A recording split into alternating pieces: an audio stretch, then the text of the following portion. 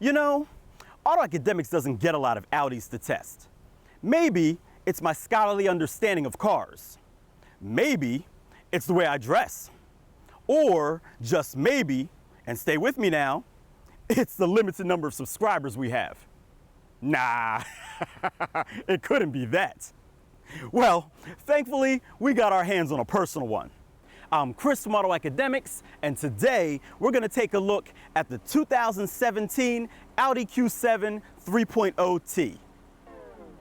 Skipping the 2016 model year, Audi's second generation Q7 went on a serious diet.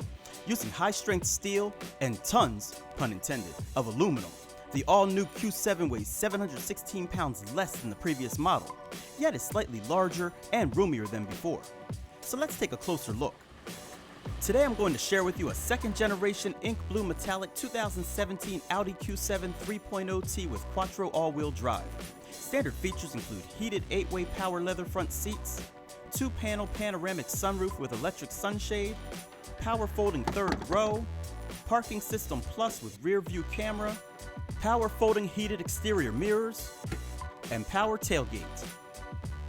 As far as options are concerned, this Q7 is configured with the Prestige package that includes 20-inch 10-spoke star design bi-color wheels with run-flat tires, Bose 3D surround sound, head-up display, LED interior lighting package, Audi Advanced Key, and MMI Navigation Plus with MMI Touch.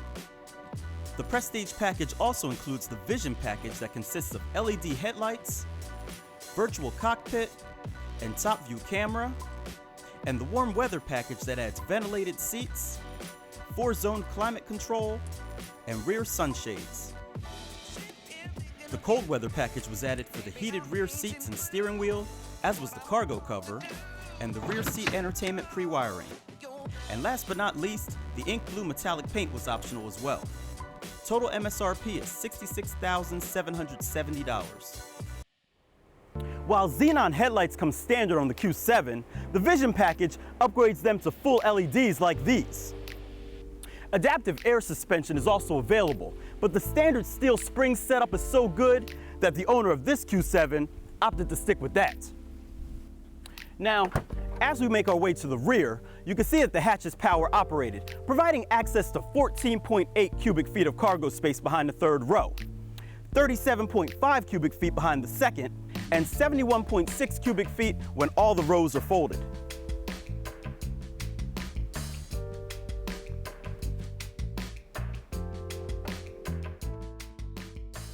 Climbing into the third row is rather simple.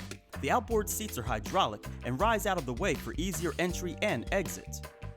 Once back here, you do have to place your feet on either side of the seat tracks, but the seats are raised just enough off the floor, and there's decent head and leg room too.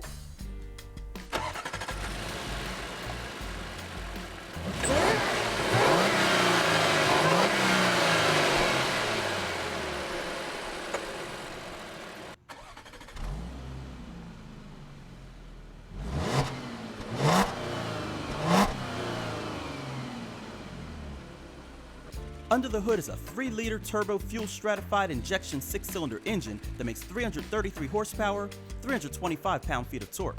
It is mated to an 8-speed Tiptronic automatic transmission with quattro permanent all-wheel drive and a self-locking center differential.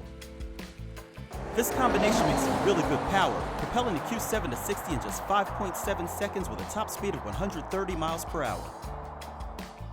EPA estimated fuel economy is rated at 19 miles per gallon city, 25 miles per gallon highway, with a combined rating of 21 miles per gallon.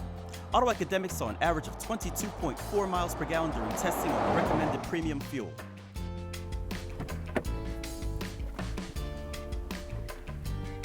As you'd expect, the second row is much more accommodating, with heated outboard seats as well as 2 individual zones for climate controls. The owners ordered the rear seat entertainment pre-wiring just in case they wanted to add Audi's tablets, but the Q7's 4G Wi-Fi allows their kids to play Netflix the entire drive.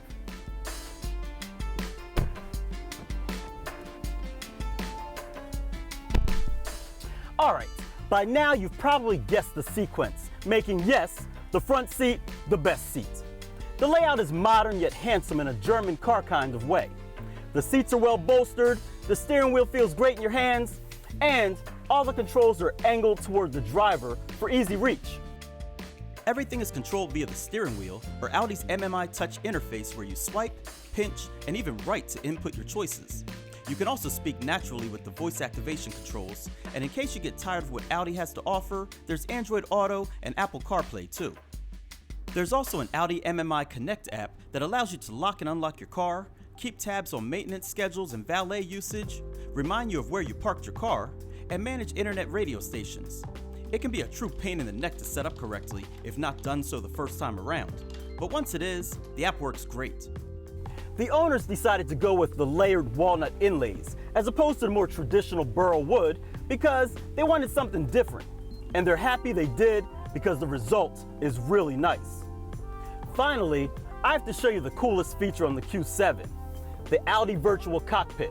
It's a 12.3-inch display that shows not only your instrument gauges and multimedia info, but also your navigation via Google Maps.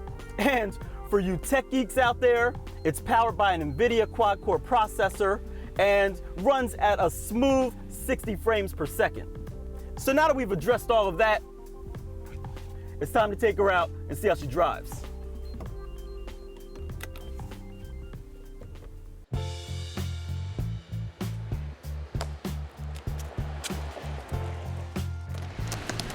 While I haven't spent as much time in this vehicle as I would like, I've had ample time to drive it, and I have to say, the owners made a good choice in buying it.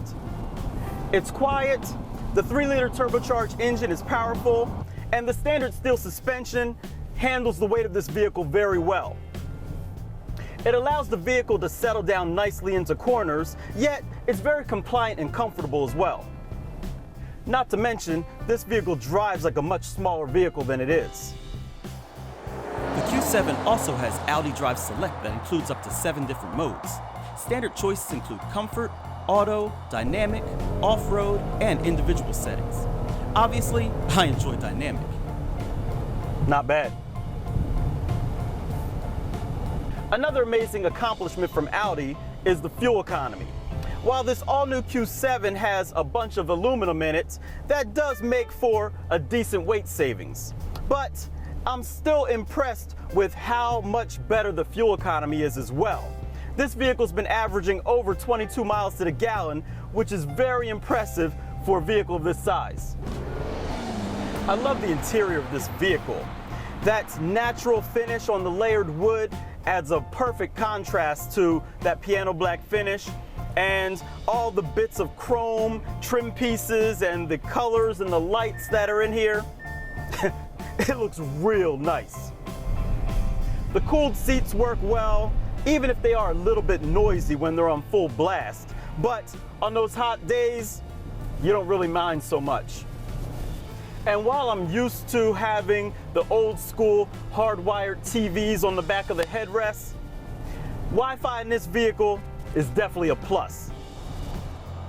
One other option that this vehicle doesn't have is the driver assistance package. That includes adaptive cruise control with stop and go traffic assist, as well as active lane assist. The owners heard that those technologies could be a little intrusive during daily driving, and so they decided not to add them on this vehicle. I can definitely say that I understand their concerns because a lot of these technologies can be a little ambitious at times. And even when I was pulling this vehicle into my garage, it would slam on brakes thinking that I was about to hit something when I clearly wasn't.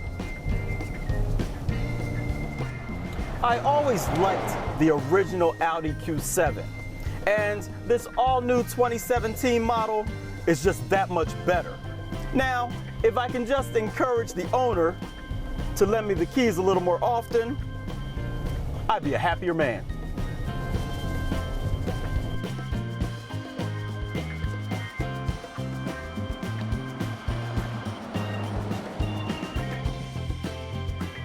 So there you have it, guys, the 2017 Audi Q7 3.0T. It has loads of technology, looks great, and drives great too. And frankly, it was good enough for my wife to buy it. I'm Chris from AutoAcademics. Thanks for watching.